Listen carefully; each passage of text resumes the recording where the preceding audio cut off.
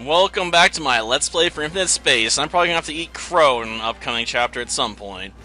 Because apparently, if I want to keep Lord Roth alive and his awesome assistant, I'm going to have to recruit Katita, which means siding with the Nova Nicio Empire in the upcoming conflict. I guess I shouldn't call them an empire, but whatever, you get what I mean. So, yeah, I'm probably going to go that route just so I don't have to let Lord Roth die, because I really like the guy's style. And I get a kick out of watching his lieutenant, constantly pester him about how he needs to get to work and stop being a party animal. Gosh darn it. Oh, exactly what's going on. We're going to the Dead Gate to find out. Explain later, Ernst Pavos. Take care of Katia Lanko for me, will ya? Yeah, sure thing, alright. Because I already know she snuck aboard my ship. But yeah, we're going to the question area. Look at the Dead Gate. Is it reactivated? Well, it's kind of reactivated at this point. But it's not completely reactivated, because you can see the odd color here. Odd colors on Dead Gates are not a good thing. Were you waiting? What, were you waiting for us, Valantin? Sorry. Ugh. A bit distracted by, knowing I'm going to have to go back on my word. The guests to come after you? I guess, though my question is, why are you entering the gate backwards? Is it style points? Put it in reverse, sir. It's more stylish if we go into the gate backwards. What are you gonna do, Yuri? Just like you said, nobody knows where that gate goes. It leads to a black hole, and then we'd all be done for. Well, if we don't go through the gate, it's game over, so, we're going through the gate. John's a pretty clever guy. If he thinks it's safe to go through, then it probably is. Sounds like a good argument to me. Ready to take the plunge? Let's do it. Just the bearing angle for the gate. We're going in. And I'm not kidding, If we don't make the choices coming up, we're going to die. So it's probably a good idea to save on Spesties, if you're not using a guide for this, because it sucks to get a game over and you haven't saved for a couple of hours. Trust me, I know. Because it's always fun to redo things you already did in a video game, right? Yes, we've entered the Flux. A weird area of space where, you just fade out of existence and you hear constant screaming. Seriously, the screaming is the most annoying part about the Flux. Because it never stops. Sure is creepy. It doesn't look like a black hole, though. What do you think, Yuri? Oh, but don't worry. This ship seems fine. We're gonna be okay. No, we're not. Yeah, loud and clear, CO. Do you have any idea where we are? Nope, not a clue. My chart and navigation functions aren't working either. Chart functions? Is that true, Kira? That's right. I'm not getting any positional coordinates at all. Huh? And then the gate disappears. Like magic. No going back out that way. Make the screams stop. Seriously.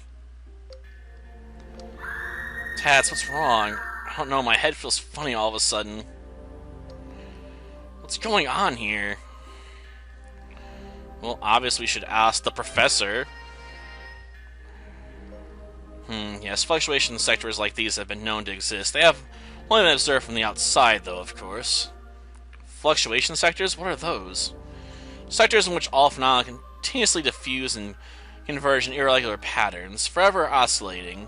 Scholars call such sectors phenomena fluctuation sectors, or the Flux. The Flux? Have you heard of these sectors, Nia? I heard rumors from other spacefarers, but they made them sound like pretty dangerous places. Dangerous in what way? Just like Professor Mena said, everything in a sector like this, even life forms like us, it all fluctuates.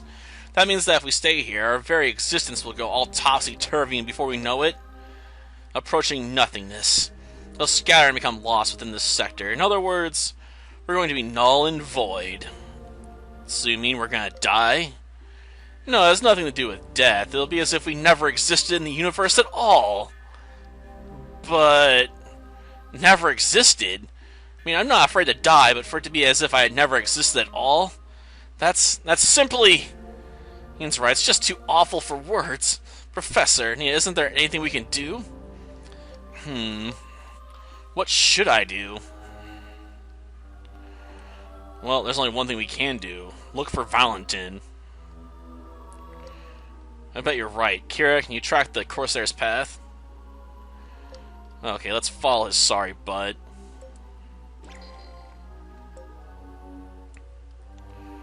Right into a giant flux bubble. Oh, it does, huh? Well, let's keep following it. Isn't this just back where we came? Is he just screwing with us? Nearby, huh? Yeah, we better hurry.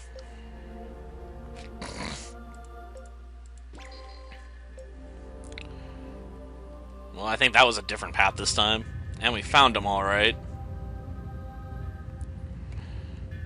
Of course, he has his own gosh darn gate to get out of here. Roger.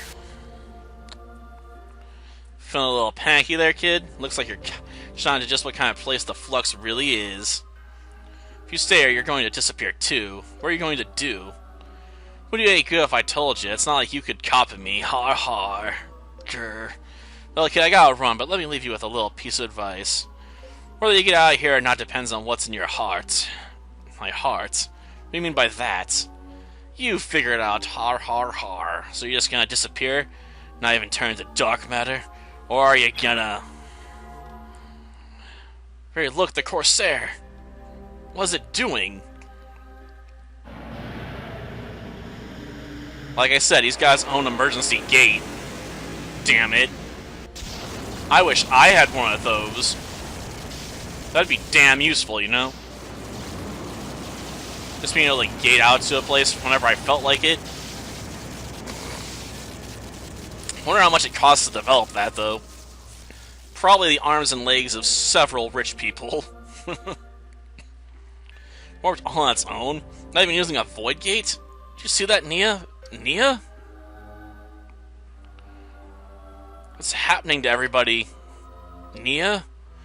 Torlo? Ian? Titania? This is really freaky. And now they're all disappearing. This can't be happening! No! God, channel Darth Vader there. Or I guess Salem Saberhagen. I can't do either's voice right. But yes. Yuri's power of no is so great he can change the Flux sector into a normal sector of space. Because he wishes it to be so. Make it so, number one.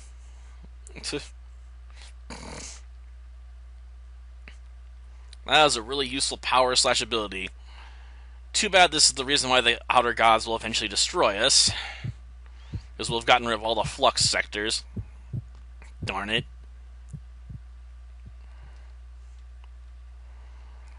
Oh well. Nothing we can do about it now. Yuri? Wake up, Yuri! Yeah, we're finally awake. You have to do everything together? I know you're tired, Kira, but your shift's not over yet, you know? Huh? Where are we? Irvis sector? Well, there was a gate here from Spestes, eh? Yeah, it was just discovered recently. The charts on it aren't even complete yet from the looks of it. There's supposed to be lots of inhabitable planets in this sector, too. Yes, they are, and this is what's going to kick off a war later. Guess it better set a course. Yeah, let's do that. And no, we can't take on enemies in this area, really, so just head over here. Oh, I guess we'll just go this way first. There's a large fleet ahead. A fleet? Mooring a civilian ship. This is the Countless Cluster Probe Expedition. This area was discovered by the nation of Kalmos. Retain all rights to its exploration. prepared to use military force if need be against any intruder. Yes, turn back immediately, huh? Great. Doesn't make sense to try arguing with a whole army right now. We should probably turn back.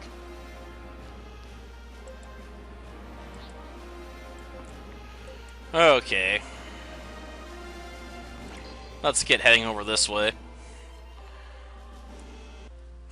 This might end up being a relatively short episode, though. Panatilla and Avon Stew. They're your favorites, right? No, not at all, because I'm a syscon, you know? You look so serious. Do you remember what happened in that fluctuation sector? Yeah, I was so scared I thought you and everybody else was going to disappear. I didn't know what to do. So you remember it too, do you? Of course I do. Why do you ask? Ron asked everybody. I asked them about that Flux sector, but they all said they didn't remember it. They said they remembered up to the part about the epitaph being activated. They all said after that we just warped from the Species sector to this one. Checked navigation records and charts too, but there's nothing in them anywhere about that Flux sector. Just don't understand any of it. And how the crust did we manage to get out of the Flux anyway? Or did it ever really exist? To begin with, I feel like I was just all in my head. Like I'm going crazy or something. It's freaking me out. Oh, Yuri. Well, I suppose that's one way to see it, but that wouldn't be any different than if he was delusional and saw hallucinations. Cold. At least he's not encouraging people to believe in crazy stuff just because they experienced it. Jeez.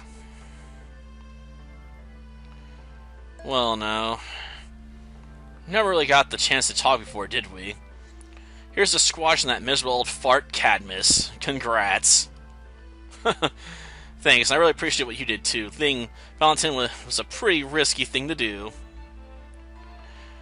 Worked on my own until now. What do you say, man? You want to travel together for a while? I'm thinking about heading over to the Large Angelic Cloud next.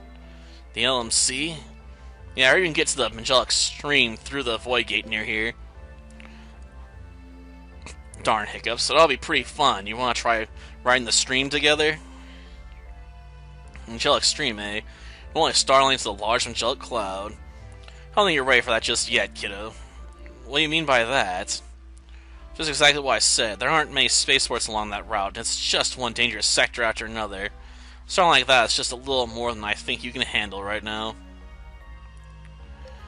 What are you doing? Fishing for compliments? I think I know what I'm talking about, kid. And she does. We can't do jack squat in that sector. Just story reasons. Seriously, we can't even hurt the enemy ships in that sector. We have to rely on our friend to do all the work for us. Wasn't it? Oh, Mr. Garney, hi. You didn't disembark either? Well, I thought I'd help check over the inventory first. I want to do everything I can to express my gratitude for the rescue of Miss Lonko. That'd be a big help, thank you. And that's when he notices there's some items missing. Oh, or he just walks right into her, because she passed out. What in the galaxy? Oh, joy.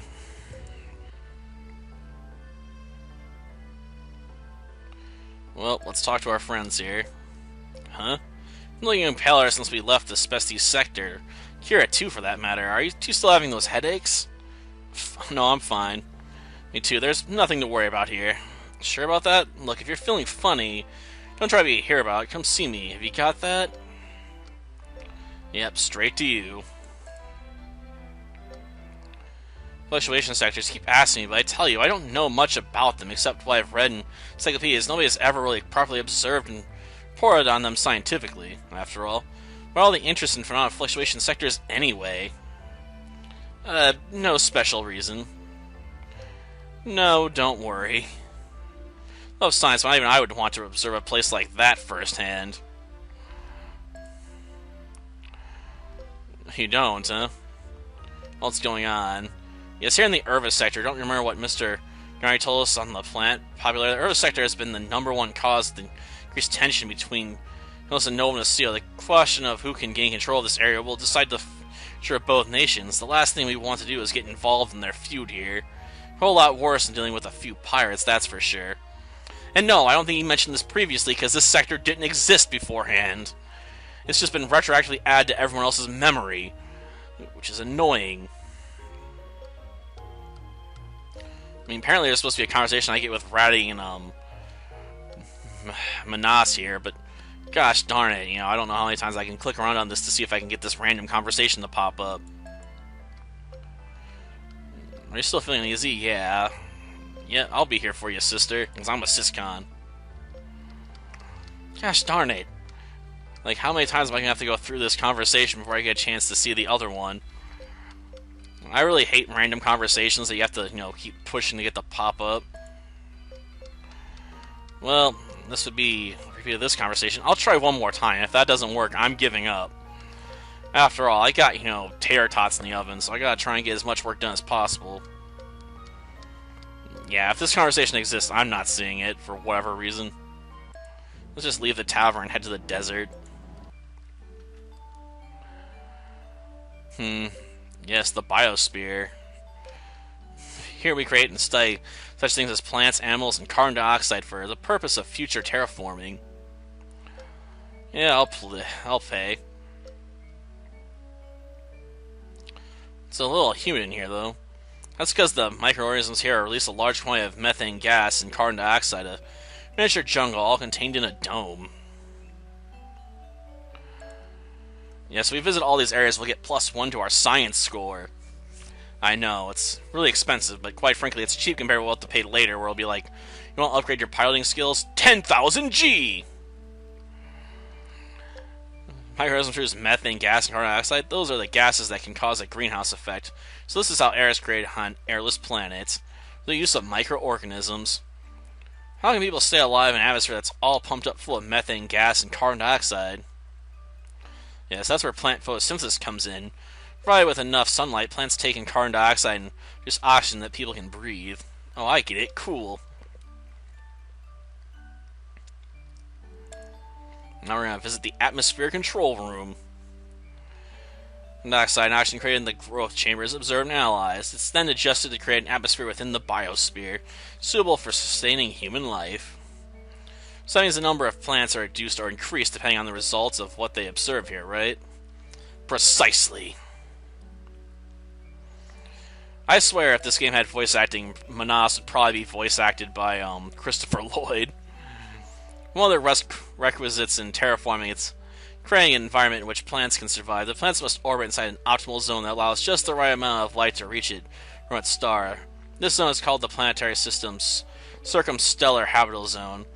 If the planet is far removed from this circumstellar habitable zone, terraforming can prove to be quite difficult. Interesting. Well, yeah, but there's lots of factors, like, you know, if you have enough of an atmosphere, you can probably make up for being a certain distance away from your star with the greenhouse effect. Yeah, I suppose we did. Well, I'm gonna stop here, you know, because, let's face it, I don't need to do anything else right now. And like I said, my tater tots are gonna be done about another, like, 4 minutes or so, so there's not enough time to really head anywhere else. Until next time, then. See ya.